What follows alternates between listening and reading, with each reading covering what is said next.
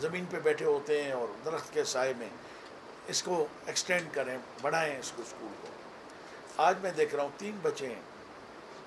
تو very next day میں نے اس کے وہ جو میرے وہاں رئیس تھے اور معتبر ٹائپ کے لوگ تھے جو میرے مزارے تھے، ان کے بڑے تھے، ان سب کو بلایا. تو میں نے کہا یہ کیوں نہیں اپنے بچوں کو پڑھاتے؟ تمہارا تو ہمیشہ ٹریک ریکارڈ بڑا اچھا ہے، تمہارے یہاں اچھے اچھے لوگ گئے ہیں، کلرک گئے ہیں، ٹیچرز گئے ہیں اپنے غریبی لیول پہ. تو انہوں نے کہا سر آپ بات کریں، مائنڈ تو نہیں کریں گے؟ میں نے کہا نہیں کروں. انہوں نے کہا سر ہم اپنے بچوں کو ضائع نہیں کرنا چاہتے ہیں. میں نے کہا پڑھا کے ضائع کرو گے؟ اس نے کہا ہاں، یہ پڑھ کے ہم سے ضائع ہو جاتے ہیں. تو میں نے کہا اچھا پلیز ذرا مجھے بتاؤ کس طرح. اس نے کہا سر یہ جب میٹرک کرتے ہیں تو اس کے بعد ان کو تعلیم نہیں ملتی، ان کو نوکریاں نہیں ملتی ہیں.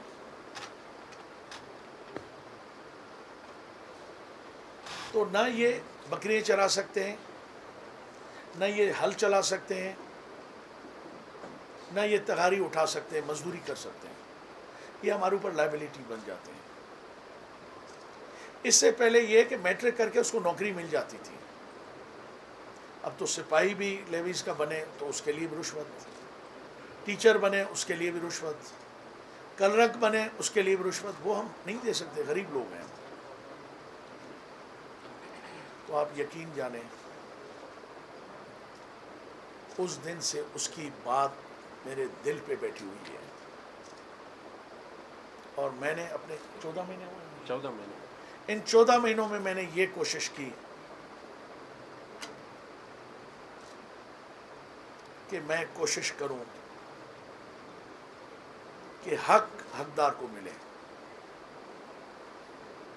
مجھ سے پہلے کیا ہوا ہے میں اس کا کچھ نہیں کہہ سکتا. میرے آنے کے بعد 5000 لوگ مجھ سے پہلے اپائنٹ ہو چکے تھے.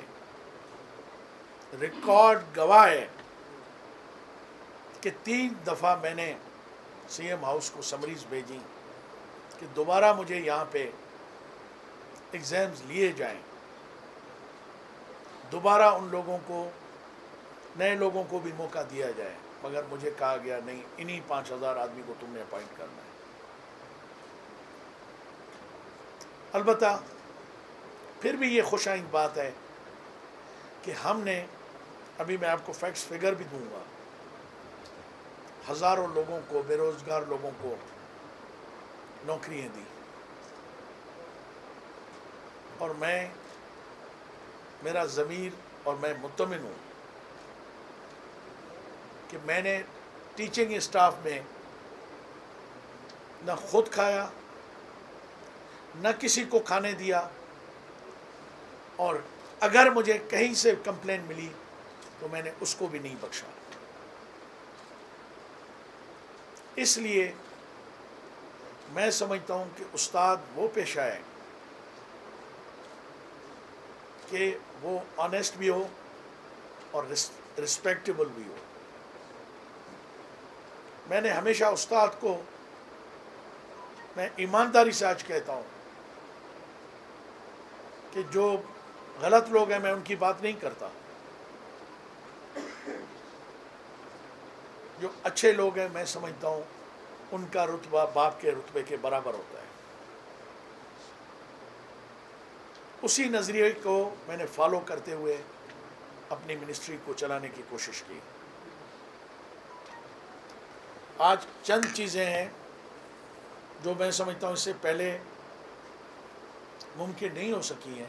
کاپیز آپ کو ملی ہے سب کو، اور آئی ہوپ کہ آپ لوگوں نے پڑھ لی ہوں گی.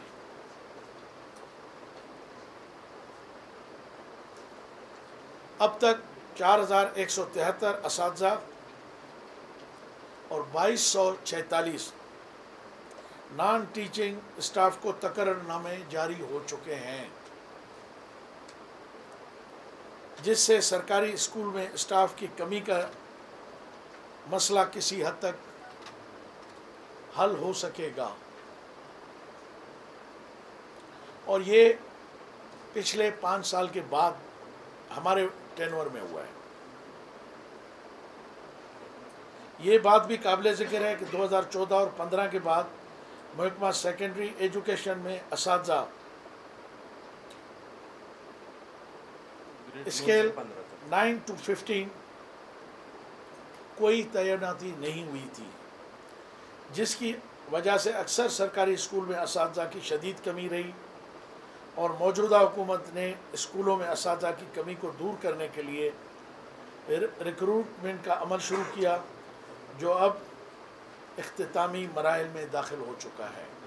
چند کچھ ڈسٹرکٹس میں بچ گئے، 10 ڈسٹرکٹس میں 10 ڈسٹرکٹس میں ابھی تک، باقی تقریباً وہ بھی کمپلیشن کے نزدیک ہیں۔ چند دنوں کے اندر اندر انشاءاللہ آپ سنیں گے کہ وہ بھی ان کے بھی آرڈرز ہو گئے ہیں۔ اس کے علاوہ بلوچستان پبلک سروس کمیشن کے ذریعے 2149 اساتذہ کی تقرری آخری مراحل میں ہے، اور چیئرمین پبلک سروس کمیشن سے میں کئی دفعہ درخواست کر چکا ہوں کہ ہمارے ایس ایس ٹی ٹیچرز جو ہیں ان کو پرائرٹی پہ رکھا جائے، اور میں ان کا شکر گزار ہوں کہ انہوں نے مجھ سے کمٹمنٹ بھی کی ہے اور وہ کافی کوشش بھی کر رہے ہیں۔ جبکہ 1452 S S Ts general science و ٹیک میل و فیمیل 2017 کی سفارشات محکمہ سیکنڈری ایجوکیشن کو کمیشن سے مل چکی ہیں، جس کا حکام بالا کی منظوری کے لیے تقرر نامے جاری کیے جائیں گے۔ جو ہمیں وہاں سے ویریفیکیشن ہو کے آتی ہے ان کو اپائنٹمنٹ کی، ان کو ہم فوراً کوشش کرتے ہیں کہ ان کو اپائنٹمنٹ لیٹرز ہم دے دیں۔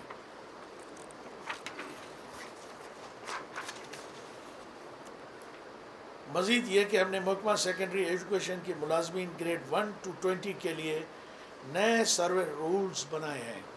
یہ بہت امپورٹنٹ ہے۔ 20 سال میں پچھلے 20 سال میں کوئی سروے رولز نہیں تھے،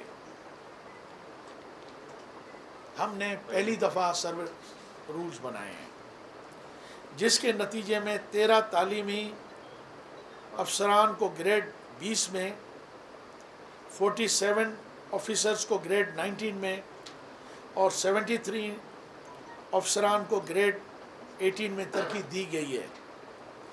ماضی میں اس کی کوئی مثال نہیں ملتی ہے۔ حالت یہ تھی کہ اگر ہم گریڈ 18 سے 19 لگانا چاہتے تھے تب بھی آفیسرز اویلیبل نہیں تھے، 18 سے 19 کو لگانا چاہتے تھے وہ بھی اویلیبل نہیں تھے۔ اگر 20 میں تو ہم حیران ہو جاتے تھے کہ ہم کہاں سے یہ ویکنسیز کو پر کریں۔ پورا ڈپارٹمنٹ ایکٹنگ بیس پہ چل رہا ہے۔ پورا ڈپارٹمنٹ سیکرٹری صاحب بتا رہے تھے کہ مجبوراً ہمیں ایکٹنگ بیسس پہ چلانا چلتا تھا، ٹیمپریری ہم ان کو چارجز دیتے تھے۔ تو یہ ایک ہمارے ٹینور میں بہت بڑی اچیومنٹ ہے، اور اس اچیومنٹ کے لیے میں سیکرٹری ایجوکیشن اور ان کے اسٹاف اور منسٹری کو مبارکباد دینا چاہتا ہوں۔ اور یہ ترقی 15 سال بعد ہوئی ہے، یہ سارے پینڈنگ میں پڑے ہوئے تھے۔ یہ بات قابل ذکر ہے کہ یہ تعلیمی افسران اور اساتذہ کرام ابھی میں نے آپ کو بتا دیا ہے کہ پچھلے کافی عرصے سے ان کے پینڈنگ تھی۔ اس کے علاوہ ہم نے بلوچستان کے لیے ایک نیا 5 سالہ تعلیمی منصوبہ بنایا، جو کہ Balochistan education sector plan, Balochistan education sector plan 2025 کے نام سے جانا جاتا ہے۔ اس 5 سالہ تعلیمی منصوبے کو حکومت بلوچستان نے بھی منظور کیا ہے۔ یہ پورے پاکستان میں بلوچستان نے پہلی دفعہ کیا ہے، اور یہ میں آپ کو بتا دوں کہ کافی مجھے صوبوں کے منسٹرز نے بھی کہا ہے کہ اس کو ہم فالو کرنا چاہتے ہیں، اس میں آپ ہماری ہیلپ کریں۔ مجھے خوشی ہے کہ اس قسم کا کام ہماری ایجوکیشن منسٹری نے پہلی دفعہ کیا ہے پورے پاکستان میں. اس سے پہلے کوئی سیکٹر پلان نہیں بنا ہے.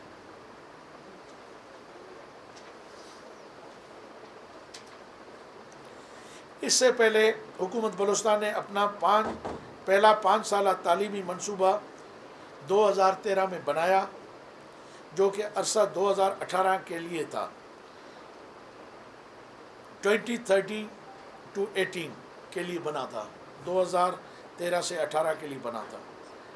پہلے تعلیمی منصوبے کے نفاذ کے حوالے سے گلوبل پارٹنرشپ فار ایجوکیشن جس کا شارٹ فارم جس کو ہم بلاتے ہیں GPE نے حکومت بلوچستان کو $34 ملین اور یورپی یونین EU نے 20 ملین یورو کی خطیر رقم فراہم کی تھی. یہ صرف اس منصوبے کی وجہ سے یہ جو ہم نے سیکٹر پلان بنایا تھا اس سے متاثر ہو کے ان 2 آرگنائزیشنز نے ہماری ہیلپ کی تھی.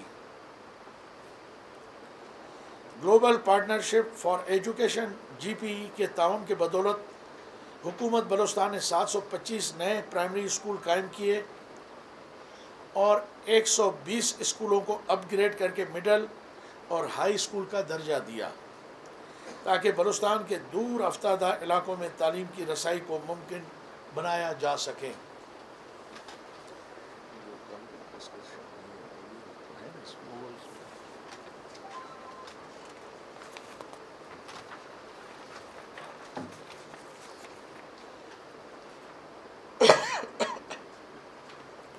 یورپی یونین EU کی طرف سے فراہم کردہ فنڈ سے 100 پرائمری اسکولوں کو اپ گریڈ کیا گیا اور گورنمنٹ اسکول کے 900 غیر فعال کمروں کو ضروری مرمت کر کے قابل استعمال بنایا جا رہا ہے تاکہ اسکولوں میں کمروں کی کمی کو دور کیا جا سکے اور ساتھ ہی ساتھ سرکاری اسکولوں میں درس و تدریس کے لیے بہتر ماحول کو فراہمی یقینی بنائی جا سکے. نئے 5 سالہ تعلیمی منصوبے پر عمل درآمد سے بلوچستان کے تعلیمی صورتحال میں نمایاں بہتری آئے گی اور جو اصلاحات ہم نے گزشتہ تعلیمی منصوبوں کے ذریعے شروع کیے تھے ان کو بھی جاری رکھ سکیں. اپنے بلٹ پوائنٹس نہیں بنائے گئے. آپ اس پہ آ جائیں. اچھا. اس کے ڈیٹیل. اس کے علاوہ بلوچستان حکومت نے یونیسیف کے تعاون سے ALP مڈل کی سطح کا پروگرام تشکیل دیا ہے تاکہ اسکول سے باہر بچوں کو تعلیم حاصل کرنے کے موقع مل سکے تاکہ اسکولوں سے باہر رہ جانے والے بچوں کی تعداد میں نمایاں کمی لائی جا سکے. دوسری بات جو میں آپ کے گوش گزار کرنا چاہتا تھا کہ میرے 14 مہینے کے اس ٹینور میں بدقسمتی میں کہہ سکتا ہوں کہ کرونا بھی اسی وقت آیا جب میں نے ایجوکیشن کو ٹیک اوور کیا, اس کو میں نے سنبھالا. ادروائز میں آپ کو یقین دلاتا ہوں آج بلوچستان کی جو سچویشن ہے, جو صورتحال ہے, وہ اس سے بھی آپ کو بہتر نظر آتی ہے.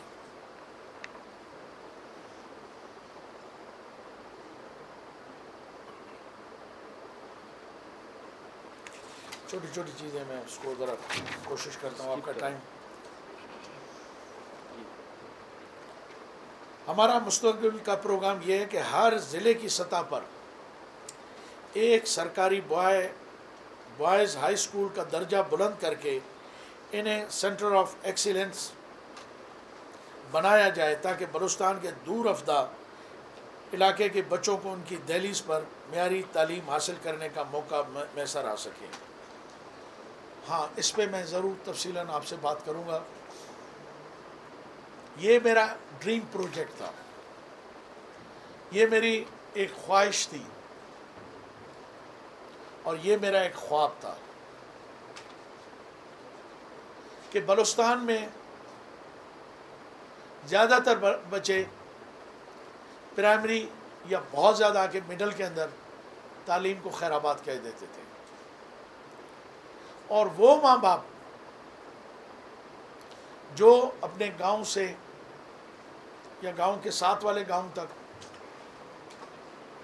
تعلیم نہیں دے سکتے تھے، ان سے دور ہو جاتا تھا اپنے گاؤں سے ہٹ کے، تو میجارٹی بچوں کی تعلیم سے محروم رہ جاتی تھی.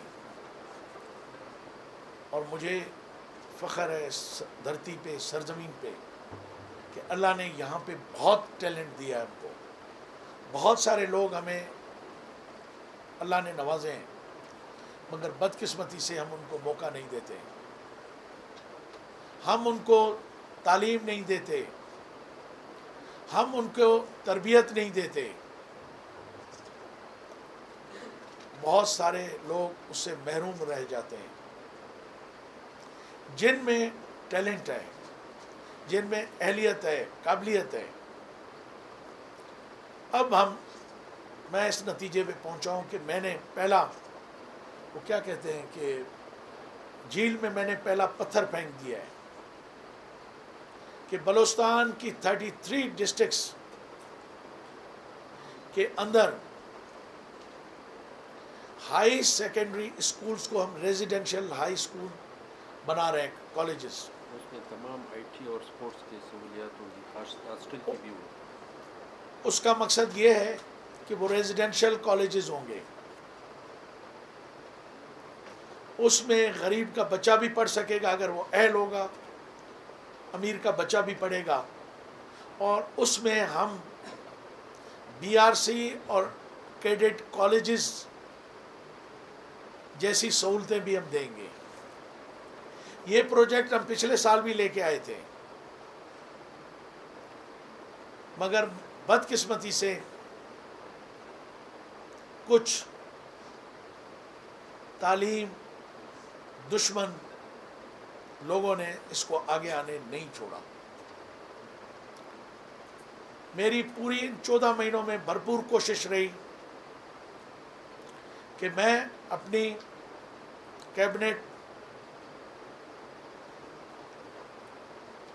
کو اس پہ ایگری کروا سکوں کہ یہ بلوچستان کا فیوچر ہے، اور اس کو ہم نے، اس کے بغیر ہم یہ اچیومنٹ حاصل نہیں کر سکتے، کیونکہ ہمارے لوگ اس قابل نہیں ہیں، ان کا سورس آف انکم اتنے نہیں ہے کہ وہ اپنے بچوں کو ان کا پیٹ بھی پال سکیں اور ان کو اعلیٰ تعلیم بھی دے سکیں. تو یہ نارمل ایک کالجز نہیں ہوں گے، یہ ہائی ٹیک ہوں گے، سینٹر آف ایکسیلنس ہوں گے.